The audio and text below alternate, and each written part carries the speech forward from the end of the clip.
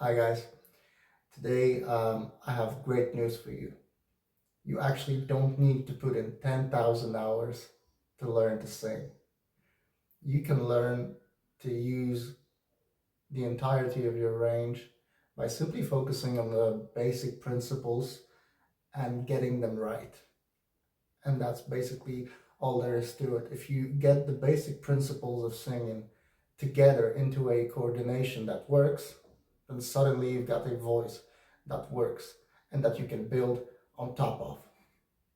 So you really don't need to put a crazy amount of time into vocal exercises. I'm not sure if you've noticed, but most vocal coaches are focused on the idea of vocal exercises, or vocal warm-ups, vocal workouts. If you go to have a lesson with any of those coaches, what you're gonna get is basically them playing scales and telling you which exercise you have to do now. That's my experience at least. You go have a lesson with a vocal coach, and they will play you a scale, and they will go, okay, so now go ma ma ma ma ma, and now do a lip roll, and now go nay nay nay nay nay, whatever the exercise may be, and you get an hour of basically doing exercises, and at the end of the lesson you are warmed up, and that's it. You have no more knowledge, no more ability than you had at the beginning of the lesson. There's basically no difference. So that to me makes absolutely no sense. It is a waste of time. It is a waste of time, and what you need to do instead is focus on getting the principles right so that you can get them together into a coordination that works. So what are the principles? Well, of course, is the breath support, vocal cord closure, and vowels.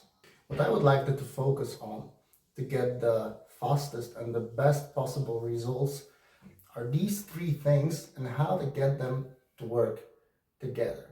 So what you need to do when it comes to your support is when you take a breath, when you exhale,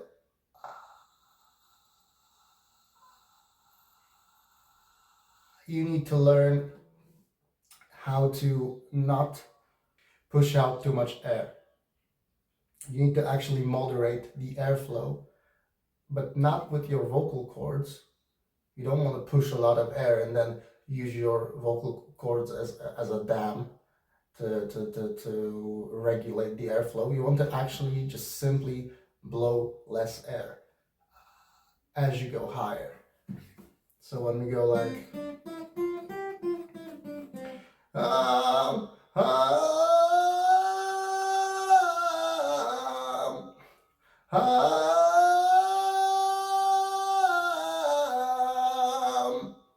what I'm doing is I'm actively trying to blow less air, and then it's very much easier to close the cords.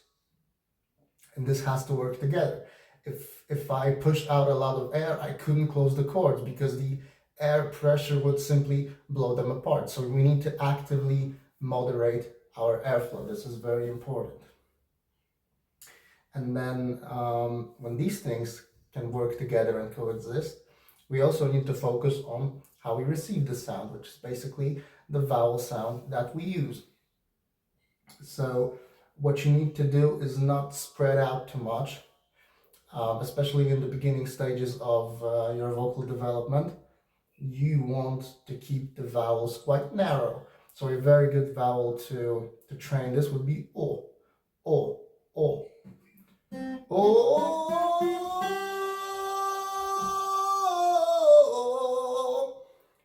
oh.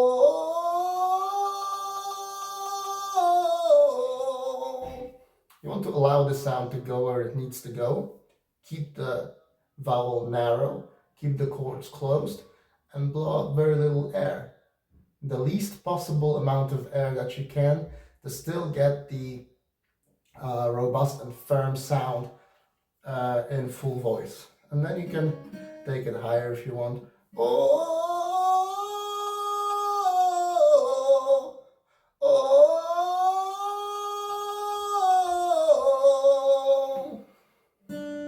oh.